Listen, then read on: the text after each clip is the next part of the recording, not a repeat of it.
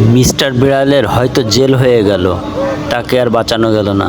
সে তার এলাকাতে অনেক পরিমাণ অন্যায় বিচার অত্যাচার করে। সে হাঁসের সাথে, কখনো কুমিরের সাথে, কখনো মোরগের সাথে, কখনো ভাল্লুকের সাথে, এভাবে সে অন্যায় অবিচার করে থাকে। এজন্য সবাই তার বিরুদ্ধে নালিশ করলো।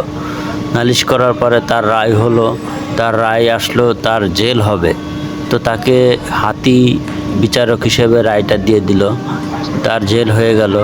সে জেল বরণ করে চলে গেল জেলখানায়। জেলখানায় তার মতো আরও অনেকের সাথে তাকে রাখা হলো এবং তাকে বিভিন্ন কাজকর্মে শিক্ষা দীক্ষা করানো হলো, যাতে সে বের হয়ে আবার নতুন কর্ম করে খেতে পারে। কিন্তু সে জেলে তাদের সাথে এক্সারসাইজ করতে থাকলো এবং সে নিজেকে ফিট রাখার চেষ্টা করলো।